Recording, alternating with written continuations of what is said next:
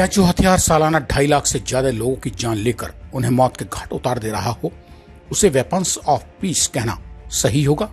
आप कहेंगे नहीं, बिल्कुल नहीं। भला कोई जानलेवा हथियार शांति का हथियार कैसे हो सकता है? तारीख 23 दिसंबर सन 2022, दिन शुक्रवार। इस वक्त आप सुन रहे हैं TV9 डिजिटल चैनल पर अपना पसंदीदा प्रोग्राम पॉडकास्ट, और मैं हूं आपके साथ आपका हमजुबान संजीव चौहान। आज बात करते हैं इंसानी दुनिया में इंसान द्वारा इंसान की जिंदगी हर कर उसे अकाल मौत सुला डालने के लिए बदनाम AK-47 जैसी घातक राइफल के जन्म और उसके जन्मदाता की। आधुनिक युग में युद्ध के देवता के नाम से चर्चित रहने वाले मिखाइल क्लाशनिकोव 10 नवंबर सन 1919 को जन्मे थे। विश्व युद्ध के माहौल में जन्मा और पला बढ़ा यही बच्चा युद्ध की बारीकियों और हथियारों की समझबूझ के साथ ही जवान हुआ था। इसके अलावा वो वक्त, आविष्कारों और मशीनों के बढ़ते प्रभाव का भी था, जिसका मिखाइल की परवरिश पर भी खुलकर असर पड़ना लाजमी था, सो पड़ा।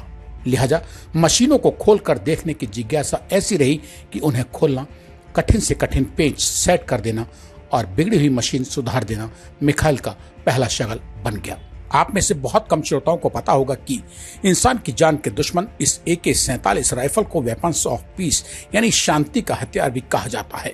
ऐसा क्यों और कैसे, इसका जिक्र पॉडकास्ट की इसी कड़ी में आगे करूंगा। हाँ, ये जरूर बताना चाहता हूं कि आज इस राइफल की कहानी का जिक्र इसलिए आपके बीच करना जरूरी समझा क्योंकि इस राइफल के जनक या जन्मदाता रूस के सीनियर सार्जेंट मिखाइल क्लाशनिकोव की मौत आज ही के दिन हो गई थी, मतलब 23 दिसंबर सन 2013 को। दिलचस्पी है कि AK-47 जैसी घातक राइफल के जन्मदाता मूल रूप से थे तो कृषि इंजीनियर, मगर जब वे द्वितीय विश्व युद्ध में बुरी तरह खुद जख्मी हो गए तब उन्होंने 5 साल की कड़ी मेहनत के बाद AK-47 की संरचना को अंतिम रूप दिया। इंसानी दुनिया के दुश्मन AK-47 राइफल को बनाने के बाद मिखाइल इसे लेकर खुद को गौरवान्वित महसूस करते थे, लेकिन कालांतर में उनका वो गौरवान्वित होना धीरे धीरे उनकी जिंदगी के अवसाद में बदलता गया। मतलब वो उनकी जिंदगी का नासूर बन गया, अगर ये कहूं तो गलत नहीं होगा। अपने एक लेख में उन्होंने दावा किया था कि वो AK-47 से लाखों गोलियां दाग चुके हैं। वो कान में बहरेपन की समस्या से भी जूझ रहे थे। जीवन के अंतिम पड़ाव के दिनों में वे अक्सर कहते थे कि मैं सुन नहीं सकता, क्योंकि मेरे द्वारा बनाई गई AK-47 राइफल से हुई हर मौत की चीख मेरे ही कानों में आकर मानो चीख रही हो। दुनिया में तालिबान ने इस घातक AK-47 का सबसे ज्यादा इस्तेमाल किया।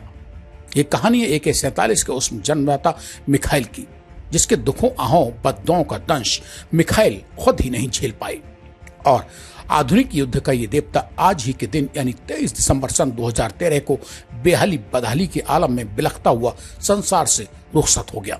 द्वितीय विश्व युद्ध के दौरान मिखाइल क्लाशनिकोव रूसी टैंकर के कमांडर थे, जब उनके ऊपर हमला करके जंगे मैदान में उन्हें बुरी तरह से जख्मी कर डाला गया था।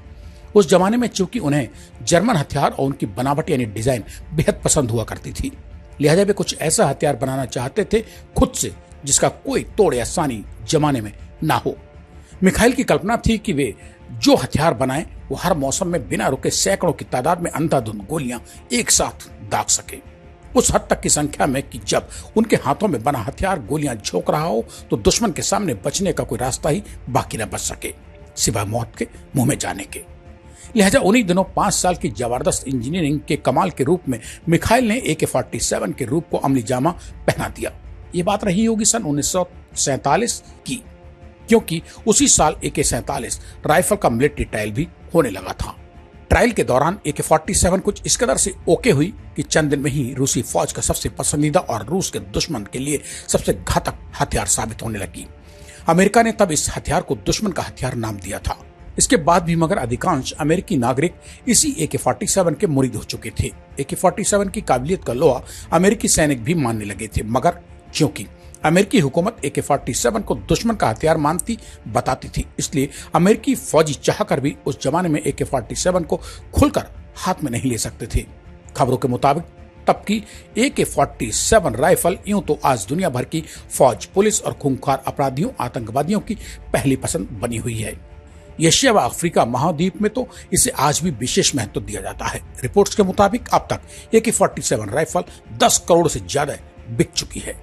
कहा जाता है कि 350 मीटर तक इस AK-47 राइफल की रेंज में आने वाले दुश्मन की मौत तय ही समझिए।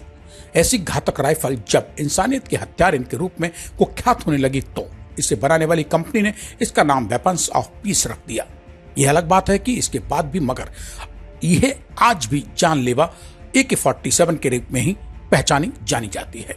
मीडिया रिपोर्ट्स में तो कहीं कहीं अक्सर ये भी पढ़ने को मिल जाता है कि यह राइफल आज भी दुनिया में सालाना करीब 2.5 लाख से ज्यादा लोगों को अकाल मौत की नींद सुला रही है, जो कि अपने आप में मौजूदा वक्त में किसी एक ही हथियार से सालाना मरने वालों की सर्वाधिक संख्या कहीं मानी जा सकती है। दरअसल अगर बात इसके प्रचलित नाम AK-47 की करें तो बहुत ही कम लोगों को इसकी फुल फॉर्म पता होगी। रूसी भाषा में इसके नाम में जुड़े ए से मतलब एवतोमैत और के का मतलब कलाश्निकोव है। क्योंकि ये राइफल बनकर 1947 में तैयार हुई थी, इसलिए इसके नाम के बाद में 47 जोड़ दिया गया। जबकि मिसाइल कलाश्निकोव रूसी फौज के सीनियर सार्जेंट थे जिनके नाम पर इसका नामकरण हुआ। अगर बात इस राइफल की इंजीनियरिंग की करें तो पता चलता है कि यह एक ऑटोमेटिक सेंटिंग के भीतर 600 राउंड गोलियां चलाने की क्षमता रखती है।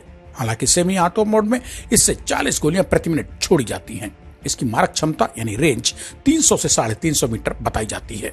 AK-47 जैसी घातक राइफल के जन्म और उसके जन्मदाता मिखाइल कलाश्निकोव के रुला देने वाले अंत की इस कहानी के साथ अब आज मुझे यानी अपने दोस्त संजीव चौहान को दीजिए इजाजत।